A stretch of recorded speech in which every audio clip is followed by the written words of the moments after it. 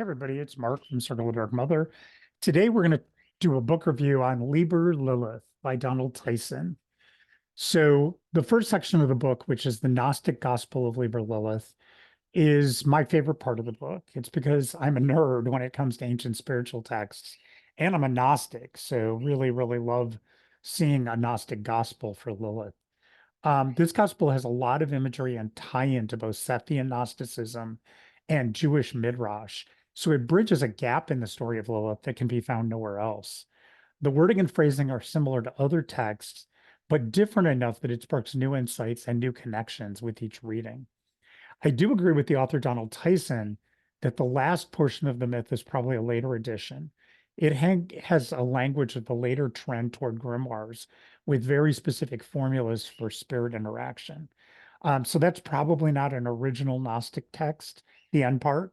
It was probably added later. But either way, it's all something I treasure. The second section of the book details the experience of Carl Steiger, who used the grimoire to interact with Lilith. I won't spoil the details or pretend that I have any idea what Mr. Steiger was thinking or experiencing. As a Gnostic, I know that everyone's gnosis is different and unique. Lilith delves into the depths of our consciousness, rooting out anything she thinks needs addressed. Sometimes the experience is pleasant and sometimes not so much, but it is always transformative. Beyond a fascinating, detailed experience, this section brings me the reminder that we need to look deep into our shadow self, understanding who we are at our core before interacting with Lilith. My experience is that she whispers transformation to our soul, but if we're not listening, she quickly roars and forces the transformation no matter the cost. And in this book, in this experience of Mr. Steiger, it looks like he doesn't deal with his inner issues and they consume him. And again, I won't go into more detail than that because you need to read the book. But that's my take on it. The third section of the book, where Mr. Tyson, the author, analyzes the grimoire and Steiger's experience, is very well written and informative.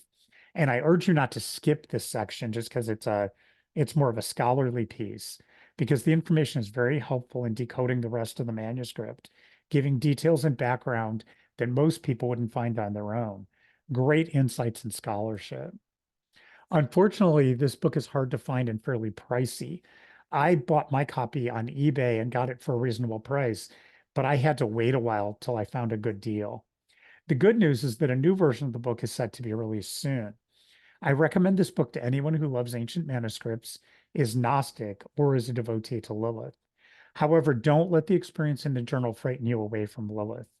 My experience with her has been drastically different, and I believe if we work through our shadow, we will have a transformative experience instead of a trip into madness.